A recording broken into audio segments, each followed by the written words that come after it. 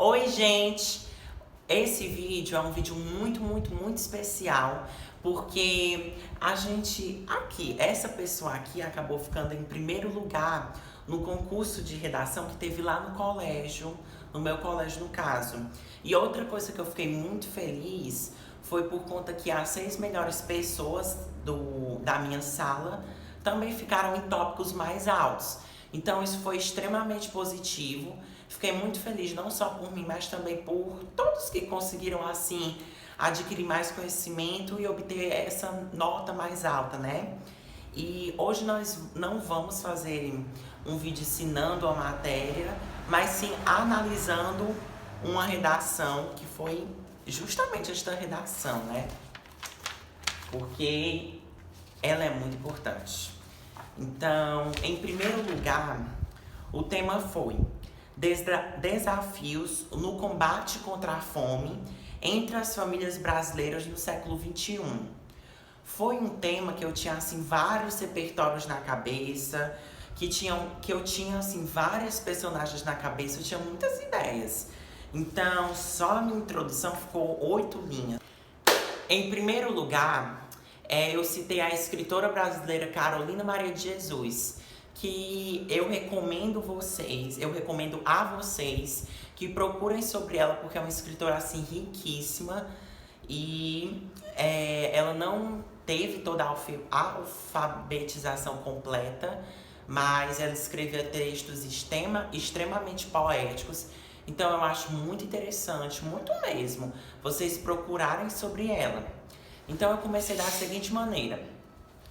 A escritora brasileira Carolina Maria de Jesus, em seu livro Quarto de Despejo, relata o seu cotidiano, mostrando um problema diário e muito presente na realidade de diversas famílias nos dias atuais: a fome. Então, esse foi o meu repertório para puxar o tema. E como eu havia dito no meu vídeo passado sobre artigo de opinião, é muito interessante você não trazer só o óbvio, porque quando você traz um repertório mais assim, bem construído, um repertório que revele mais assim, que o escritor que fez é uma pessoa mais que sabe mais sobre o tema, o corretor dá mais pontos, né? Então foi esse meu repertório. E aí eu já falei sobre a Constituição, que eu acho que assim, a Constituição Brasileira de 1988 é um repertório para você também falar sobre assim todas as problemáticas, porque dá para falar sobre fome, dá para falar sobre racismo, dá para falar sobre homofobia, dá para falar sobre machismo, dá para falar sobre direito das mulheres, dá para falar sobre uma série de coisas. Então depois eu disse: é perceptível uma contradição, pois ao passo que a Constituição vigente afirma que a alimentação digna é um direito indispensável, milhões de brasileiros passam fome. Então eu criei essa relação tipo assim: como é que a Constituição do Brasil afirma que a alimentação é uma coisa assim indispensável, uma coisa inerente, uma coisa extremamente importante, e a gente só vê aí milhões de brasileiros passando fome?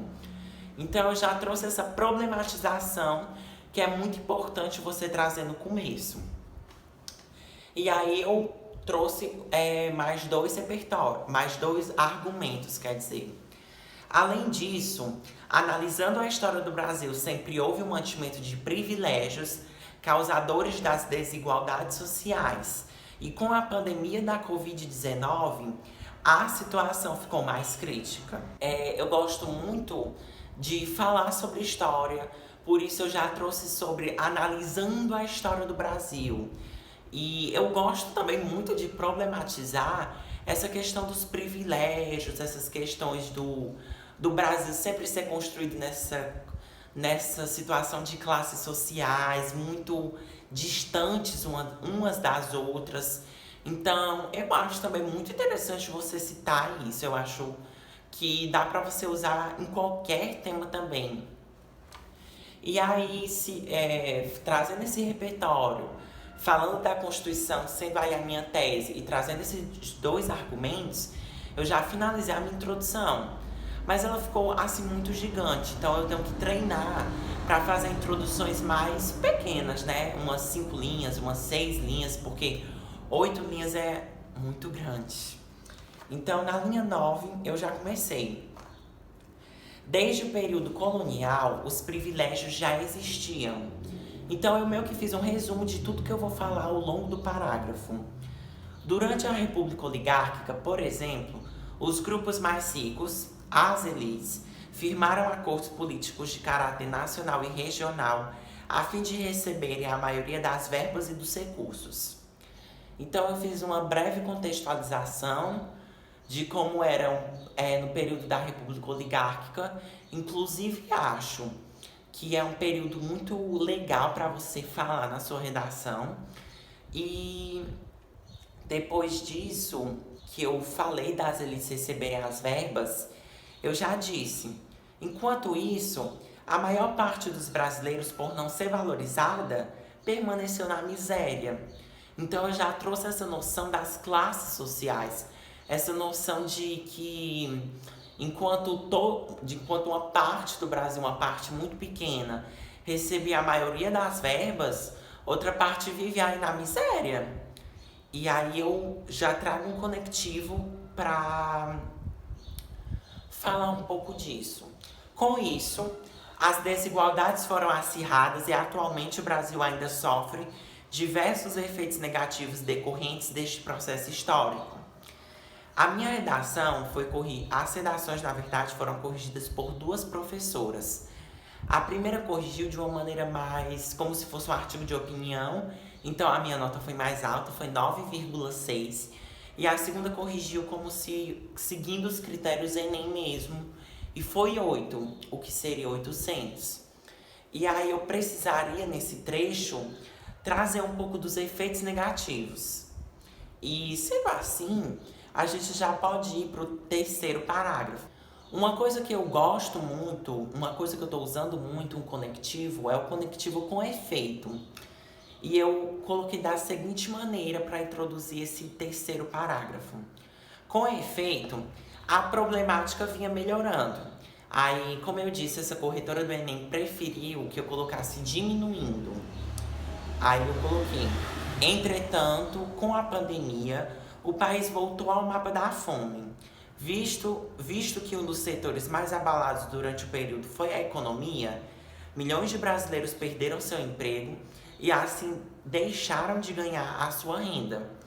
Eu tive alguns erros de pontuação e, assim, eu não vejo assim nem tanto problema, porque eu acho que o importante mesmo é você mostrar que você teve coerência, que você teve coesão e que você sabe progredir no texto. E aí, eu ainda adicionei: ligada a tal situação, a insegurança alimentar tornou-se cada vez mais comum, tendo níveis altíssimos. E aí eu finalizo esses parágrafos de desenvolvimento e chego até que, enfim, na conclusão.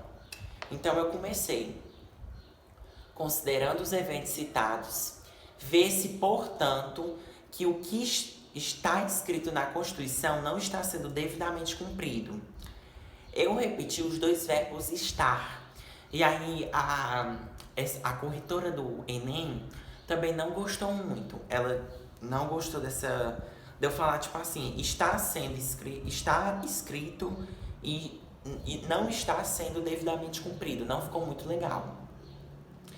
E aí, enfim, eu trago o meu último repertório, então, para finalizar essa redação daquele jeito, né?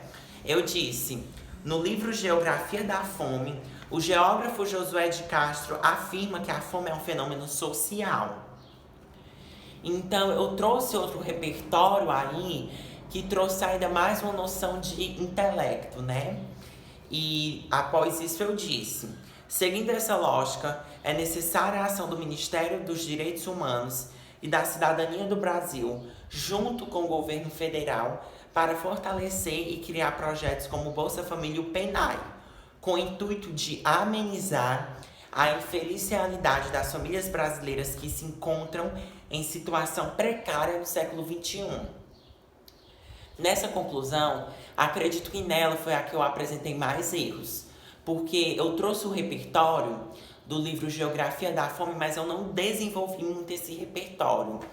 E aí eu disse que era necessária a ação desse ministério, só que eu não citei que ação é essa. E aí também descontou um pouco dos meus pontos.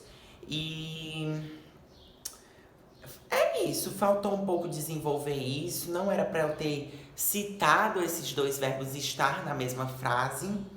E, como eu disse, essa redação foi corrigida pelos critérios Enem.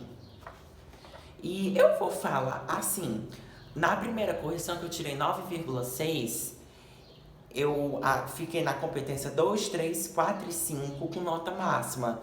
Só na competência 1 que eu fiquei com uma nota que seria 160. Mas na outra, eu fiquei com nota máxima nas competências, na competência 2 e na competência 4. Então, eu vou falar especificamente sobre a competência 2 e a competência 4, porque essa questão de falar sobre competências do Enem é assunto para outro vídeo. A competência 2 é compreender a proposta de redação e aplicar conceitos das várias áreas de conhecimento para desenvolver o tema dentro dos limites estruturais do texto dissertativo argumentativo em prosa. Então, isso é muito perceptível assim no meu trecho. Eu trouxe a Carolina Maria de Jesus, trouxe Constituição, falei de pandemia, falei da República Oligárquica, falei do Brasil no mapa da fome, falei sobre o livro Geografia da Fome, citei programas como o PENAI e o Bolsa Família. Então eu trouxe muitos assuntos de fora assim para agregar no meu texto um valor melhor.